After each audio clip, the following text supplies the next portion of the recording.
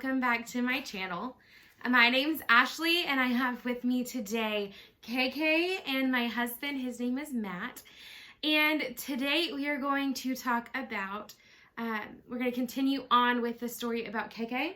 So if you haven't watched the video of her having her first seizure, it is in the clickable eye right up here in this corner. And you can click there and you can go back and watch it and then come back and watch this one. So my husband was there for the second seizure. And so that's why I have him joining us today. Say hi. Hi. He was actually there whenever she had her seizure. So if you could tell us a little bit about what that seizure looked like, where we were at. I was in the shower, so...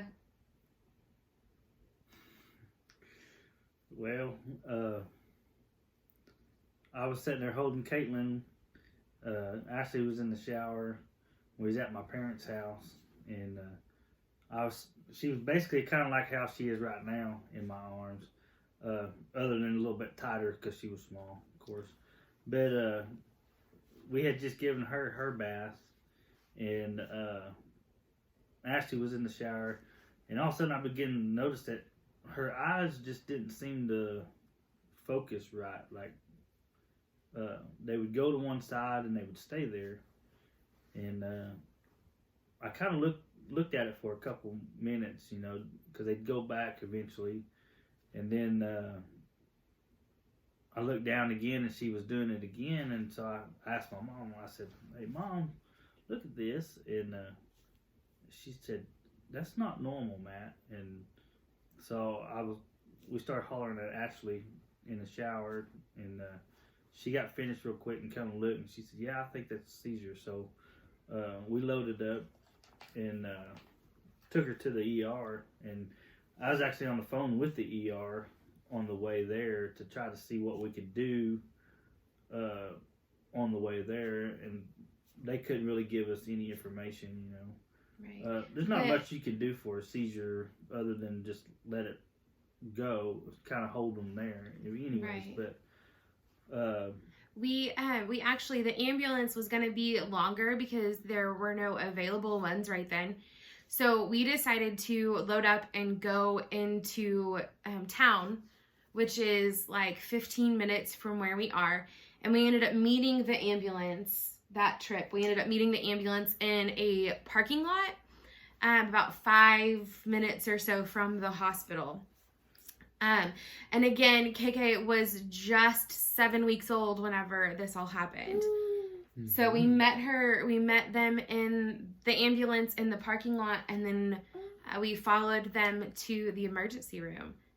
And in the emergency room, the doctors and nurses didn't believe me again.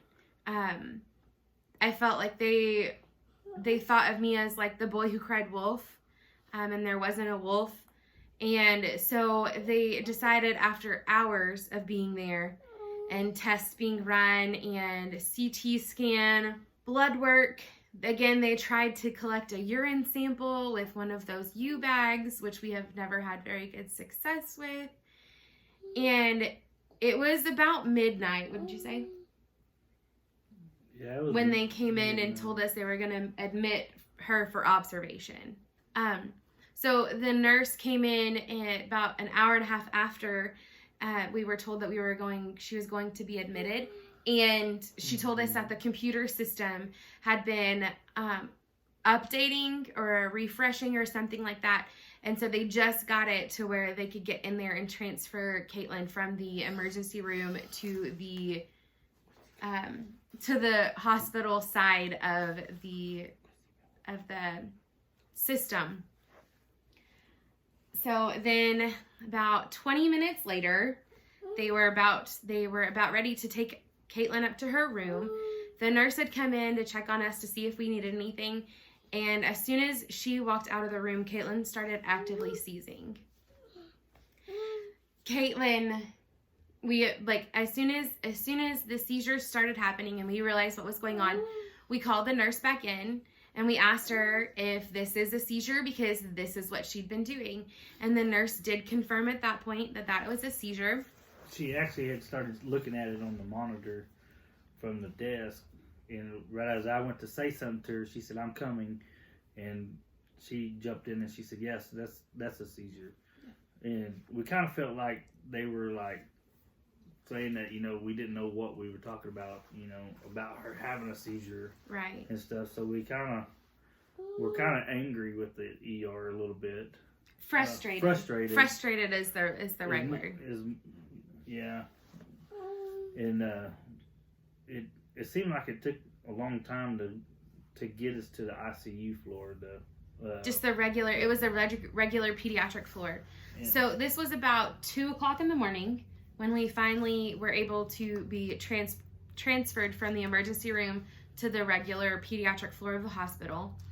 And Caitlin had been seizing back to back. She'd been having back-to-back seizures, 10-second seizures, 30-second seizures. They just kind of kept getting longer with, 5-10 seconds of rest in between. We get up to the room and they want to start an IV, and they want to do an assessment on her. So the nurses tell us that they don't like to associate the patient's room with procedures.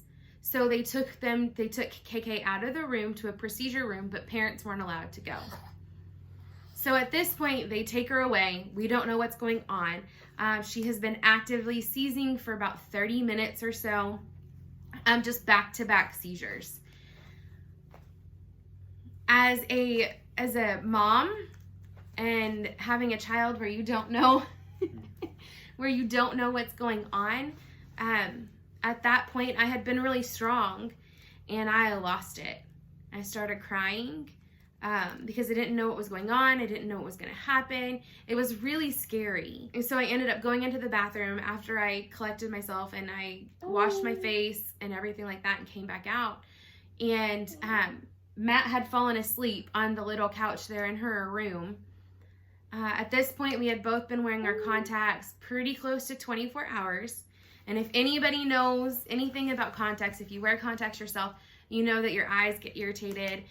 They dry out, especially if you fall asleep in them. And so our eyes are dry. I've cried in mine. Our eyes are dry. They're red at this point. It was about 2 hours from the time that she had her first seizure until the on-call pediatrician comes in.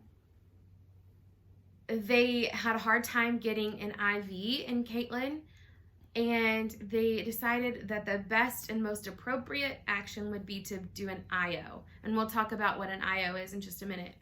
But the doctor came in and accused us of being on something without saying you're on something. He was very rude to us, accused us of doing something to Caitlin, asked us, why are your eyes all bloodshot for? Not taking into consideration that I've been crying, we've been in contacts for, almost 24 hours at this point. He fell asleep in his contacts, and that's what we told him. We were like, I've been crying, he fell asleep. Wouldn't your eyes get red too? We have no idea what's going on with our daughter. We were very, very, very irritated with this doctor's bedside manner, just coming in and accusing us of doing something without having any proof or evidence of anything at this point. You were pretty agitated with that doctor. I had to bite my tongue quite a bit, but we were just really trying to find answers, of what was going on, and because we didn't know anything. We didn't know. We hadn't seen Caitlin in almost 2 hours. We had no updates from the nurse. There was nothing. We were left in a room with our daughter, and the last thing we knew is that she was just having these seizures back to back. The doctor did come in and tell us that she had been having a seizure for almost 30 minutes and that they had to do an IO because they needed to get her medication as soon as possible, and that was the best and easiest way to do it. So an IO is an IV, a special IV that goes straight to the bone. So KK it was in her shin bone, and KK had an IO that went straight into her shin bone. Because that was the fastest way at that point that the doctor and the nurses thought that they could get medicine to her to stop the seizure activity. I will insert a picture of what KK looked like and a picture of her IO and stuff like that. So just viewer discretion. That picture is going to be inserted. It's not anything graphic or anything like that. There's just a bunch of IVs and wires and all that kind of stuff. So just wanted to let you know. At this point, they told us that they were going to fly her to Oklahoma City, and where a neurologist, and they could keep closer watch on her with a specialist. And they had let us know that she was unstable to ground pound her in an ambulance, so they wanted to fly her, but it was foggy outside, and so life flight was delayed because of the fog. And they almost come to the conclusions that an ambulance would be better than just waiting, but they talked with Children's in the city, and they decided, no, let's wait for the ambulance, or wait for the helicopter, because it'd be a quicker flight. Less stress on her. And so it was about 9 o'clock that morning. The fog started. The fog lifted. The fog lifted, and we could hear the helicopter land. Right. And they came in, and by that time, our pastor and his wife had come back. Because this was Sunday morning now.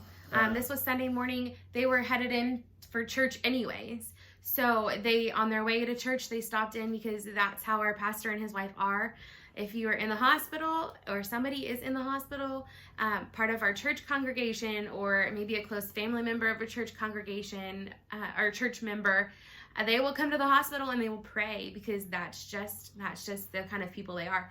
So they came in on their way to pray as the helicopter crew was making their way up to the floor that we were on. The bedside manner of the doctor never changed. He talked to us like we were stupid, like we had done something to our daughter, like we caused her to have these seizures, like we neglected her. And you could have looked at her and told that she was a healthy newborn, that there was nothing, no kind of neglect, no kind of abuse or anything like that. She just happened to have a seizure. As the helicopter landed, they came in, and the doctor met them and told them all this stuff, and the actual flight medic and the nurse that was on the flight was not happy that she had an IO in her leg. They weren't. They were so mad and irritated that they did an IO. They just kind of whispered to us, we'll take that out in flight and we'll get her IV in her. And so by that time, they had loaded her up on the stretcher and everything got her situated for the helicopter. You had to go down and get her car seat, didn't you? Yeah. Yeah, we had to go get her car seat. And we put her in our car seat, buckled her all in, and then they took her car seat and set the car seat on the gurney, and then strapped that in, and buckled her car seat into the gurney, because that was protocol. That's the safest way for an infant to ride. So by that time, of course, none of us could fly with her. Right. So I had called my parents, and then Ashley's parents were already on their way. My parents lived out of state. They lived in Texas, and we live in Oklahoma. And so his parents I think his parents beat the helicopter up to the children's hospital, and my parents, they made record time. Not saying they were feeling but they just made record time getting to Oklahoma.